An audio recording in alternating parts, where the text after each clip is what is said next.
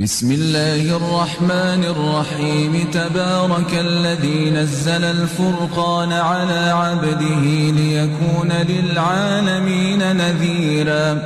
الذي له ملك السماوات والأرض ولم يتخذ ولدا ولم يكن له شريك في الملك وخلق كل شيء فقدره تقديرا واتخذوا من دونه آلهة لا يخلقون شيئا وهم يخلقون ولا يملكون لأنفسهم ضرا ولا نفعا ولا يملكون موتا ولا حياة ولا نشورا وقال الذين كفروا إن هذا